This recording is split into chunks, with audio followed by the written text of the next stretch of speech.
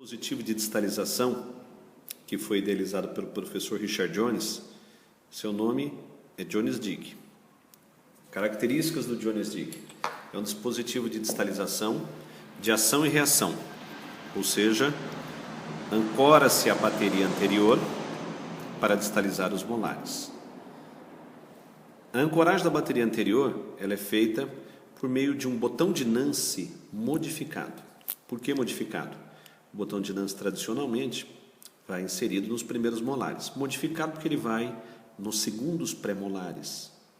Então ele é um botão de Nance que tem como característica ter a parte de resina até maior do que o normal. Quanto maior a área de ancoragem, melhor a distalização. Então esta resina tem como característica ser uma resina bem mais ampla que o tradicional botão de Nance. Uma vez confeccionado o botão de Nance, você vai deixar soldado por vestibular do botão de Nance ou um bracket ou um botão que terá como proposta ser aonde você vai apoiar o amarrilho para distalizar.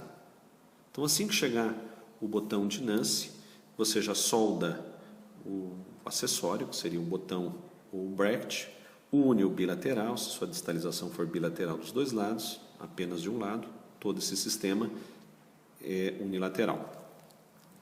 Insere-se, cimenta-se a ancoragem, o botão de Nance modificado, confecciona-se as bandas dos molares ou únio bilaterais, e o Jones-Digg tem como característica imprimir uma força por vestibular. Portanto, ele se apoia no tubo, que é um tubo triplo normal, o tubo que você usará posteriormente no aparelho fixo. Ele se apoia dentro desses tubos aqui, como nós iremos demonstrar. Então, diferente do aparelho pêndulo ou pendex que insere nos tubos linguais, ele se insere aqui por vestibular. A aplicação da força é por vestíbulo. Muito bem. Então, confeccionado a unidade de ancoragem, que é o botão de Nance modificado, confeccionado o tubo dos molares por vestibular, as bandas, vamos olhar o nosso querido Jones-Digg. Ele vem em partes, né? Estas partes do Jones-Digg são a haste, esta porção. Ele vem, esta segunda parte, que é o cursor, e ele vem a mola. Então nós temos, quando você compra, ele é produzido, originalmente foi produzido pela American Orthodontic, e hoje você encontra outras empresas que também fazem o tipo Jones-Digg.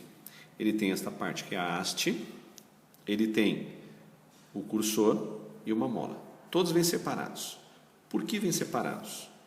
Para que você faça agora a individualização para cada paciente. Reparem que na parte da haste, ele tem aqui no final desta haste duas finalizações. O fio mais espesso, que vai entrar no tubo extrabucal, e o fio mais fino, que vai entrar no tubo principal do seu molar. Então a parte finalizada aqui é mais grossa, é para o extrabucal, a parte mais fina é para o tubo principal.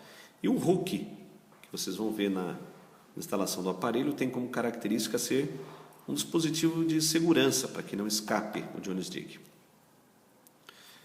Vamos usar de um dos lados aqui, demonstrando no articulador, a inserção. Ele será inserido sempre colocando um deles no tubo principal, outro deles no tubo extrabucal. Depois de inserido a haste, você vai fazer o ajuste dela, mantendo ela paralelo à forma do arco do paciente e paralelo ao plano oclusal do paciente. Então, esta característica de ajuste ela é feita antes de você introduzir o cursor e a mola. Então, agora que você acertou a altura do paralelismo, você com o alicate irá contornear para que fique curvada na forma do arco do paciente. Depois de você ajustado a forma do contorno e da oclusal, você vai marcar como característica que o comprimento da sua haste não deverá passar do centro do canino. Então você marca o centro do canino. Aqui o paciente não ainda romper os caninos, mas teoricamente seria nesta altura. Deixando sobrar apenas de 1 a 2 milímetros além. Esta sobra de 1 a 2 milímetros terá a intenção de você fazer um looping para travar o sistema. Definido isso, a forma contorneada, o paralelismo, o centro do canino deixando sobrar apenas 2 milímetros, você introduz dentro do dispositivo a mola e depois o cursor. Veja que o cursor ele é deslizante. A intenção do cursor deslizante é fazer com que você possa ativar esta mola. Essa mola poderá ser ativada com o cursor.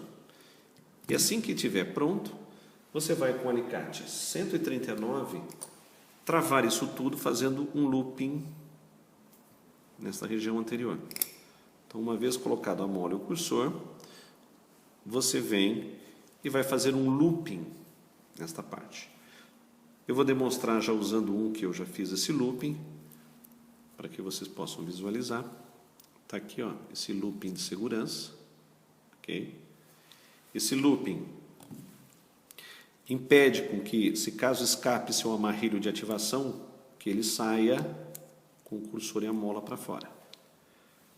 Uma vez contorneado, uma vez deixado paralelo, uma vez inserido mola e cursor, travado com o looping, é só ir na boca do paciente e introduzir no tubo principal, no tubo do extrabucal, e você teria esta característica.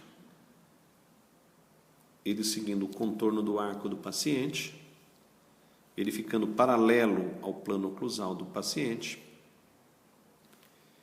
E agora você vai amarrá-lo com o amarrilho de segurança que vai aqui do hook do próprio Jones Dig até o hook do seu molar. Pode-se para isso fazer uso de um amarrilho normal, um amarrilho que você vai passar no tubo e aqui na parte do Jones Dig. Uma vez amarrado, corta-se a sobra com alicate de corte de amarrilho, dobra para proteger o paciente e ele está travado.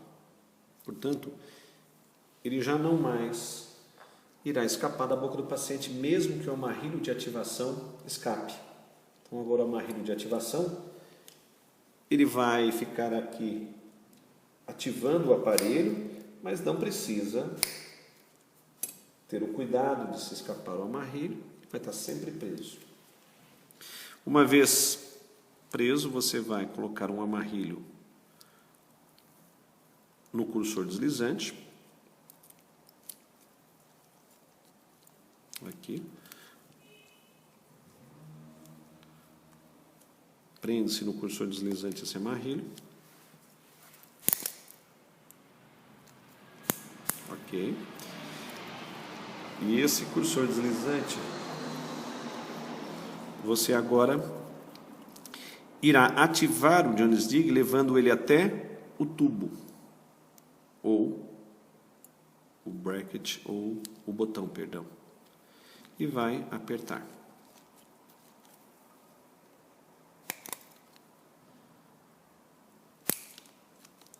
Um cuidado importante é que você, durante a ativação, não precisa comprimir totalmente a mola. A mola pode ficar levemente sem compressão. Corta-se. E agora ele está praticamente ativado. Nós vamos explicar como que ele funciona na sua ativação. Este é um Jones Dig. Característica, portanto, do Jones Dig. Ele vai comprimir o cursor preso à unidade de ancoragem, que é o botão de Nance modificado. Comprima a mola e aperte do amarrilho que você colocou até o botão ou um bracket da unidade de ancoragem. Frequência de ativação a cada 30 dias em média. O paciente retorna ao consultório, você só deve de novo comprimir o cursor, afrouxando assim o amarrilho, e apertar o amarrilho. Não é necessário a troca do amarrilho. Aperta o amarrilho e fecha. E assim você teria um sistema de ancoragem eficiente, que é o botão de Nance modificado, uma força inserida por vestibular e um dispositivo pré-fabricado que distalizará o seu molar.